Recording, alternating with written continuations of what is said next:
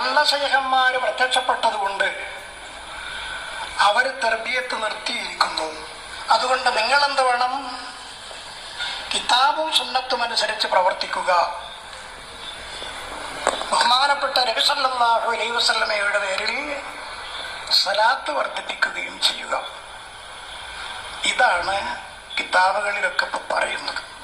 അപ്പോൾ വർഷങ്ങൾക്ക് മുമ്പ് ബഹുമാനപ്പെട്ട മർഹൂം KT മാനു മുസ്ലിയാർ പറഞ്ഞ ഈ വിഷയം തന്നെയല്ലേ ഇന്നും ഹയാത്തിലുള്ള ബഹുമാനപ്പെട്ട പൊന്മൾ ഉസ്താദും പേരോട് ഉസ്താദും അതുപോലുള്ള നേരത്തെ നീ പേച്ചവരി എന്ന് പറഞ്ഞ ഉസ്താദുമാരൊക്കെ പറഞ്ഞിട്ടുള്ളത്?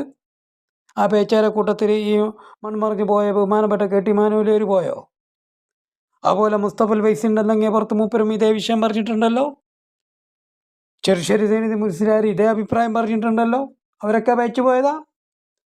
അങ്ങനെയാണെങ്കിൽ ഷംസുൽ ഉലമ പറഞ്ഞിട്ടുണ്ടല്ലോ. ഷംസുൽ ഉലമയിൽ